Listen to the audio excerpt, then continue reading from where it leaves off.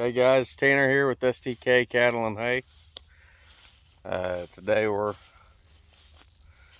walking out here with the cattle, checking on their pasture. I'm usually not one to let cattle in on a pond, but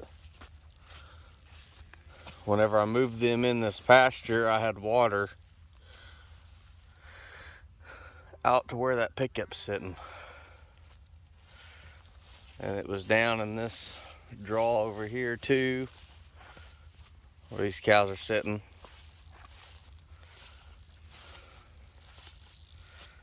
The pond goes back to where that hill kind of comes around right there.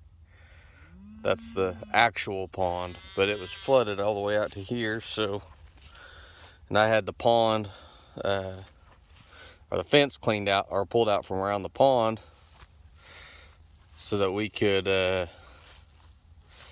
clean that pond out. We dug between 8 and 12 foot out of the bottom of it, and it took a little while to get the mud spread out from doing that, and I never got the fence put back up. And I wasn't going to build a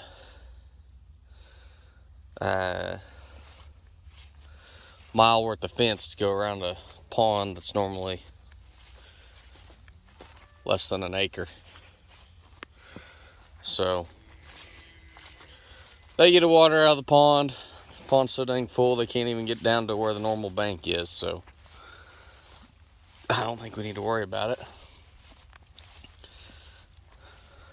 But seen a lot of people kind of going nuts buying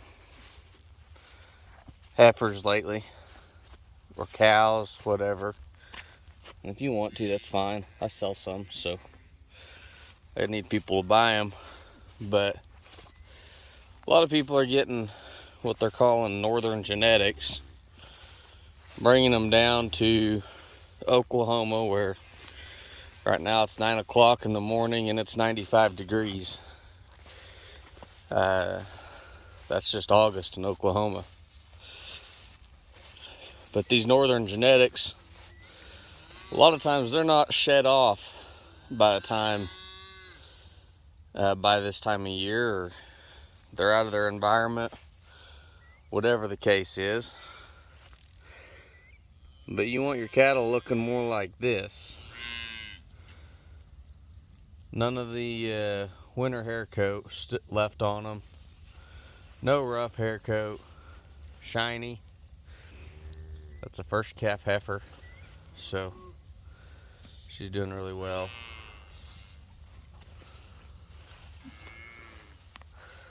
That one is half Coriani. Got one up here that's just a Hereford Angus cross. And let's see if we can get zoomed in on her. But you can see she doesn't have anything on her. There's no flies on her. She's slick, she's shiny. She's got the lines that run horizontal. Those are called happy lines.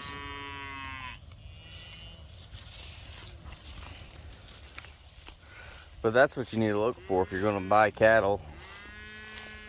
Buy cattle as close to where you live as you can. And here's kind of an example. I don't know what this cow's problem is, but see, she's got some rough hair on her back. I don't know what's going on with her, but she'd be one I'd probably cull. Her hair's not slick and shiny all the way over her back. She's got a rough hair coat on her back legs. She's not shed off great. And I know she came from South Texas, so I'd say she's either got something wrong with her. She's just not keeping up with this environment.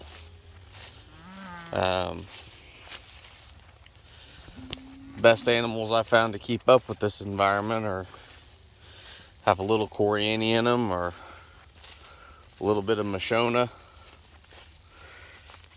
That Mashona bull's out here somewhere. I bet that's him. He's right up here. There's some cows up there and something dark red. I'd say that's my Mashona cross bull. Down here we got Noonal, the red baldy. They'll be in here for a few more days. I'll be catching them towards the end of the week and trading out bulls.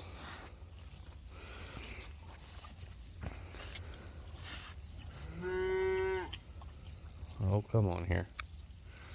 Look at that calf go to town. That cow is 12 years old. That's her 10th calf to raise. Nice at her. Cow, you can see her hip bones, but she's far from thin. She's got a job here for as long as she wants it. And I bet she's rebred. Just a good old cow.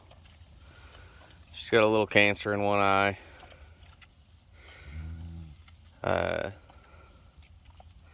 That just happens. I mean, if you keep your cows long enough, some of that crap will happen. Doesn't seem to be affecting her. She doesn't even have watery eyes. I can just tell that there's a knot in one of them. And this is why I don't like cows getting in ponds. I hate them wading out there. But that bull would still be on the outside of the fence if I still had my fence built out here. This all right here is just a swamp. Even being 100 degrees for over a week now, it hasn't dried it all up yet. See, here's a heifer that she should shed off a little bit. She's got a calf on her. She's not near as shiny as I'd expect. There's a good chance she won't rebreed. Animals like that, they have a hard time staying in the herd. I'll let her stay as long as she wants, but it's not my decision, it's hers. She's got to rebreed and raise a good calf. That little black baldy's hers. So she's doing good raising her calf. This calf here on the right, that's the first calf born this year. He's kind of a chunk. Nothing I'd keep as a bull, but he's going to be a nice looking calf.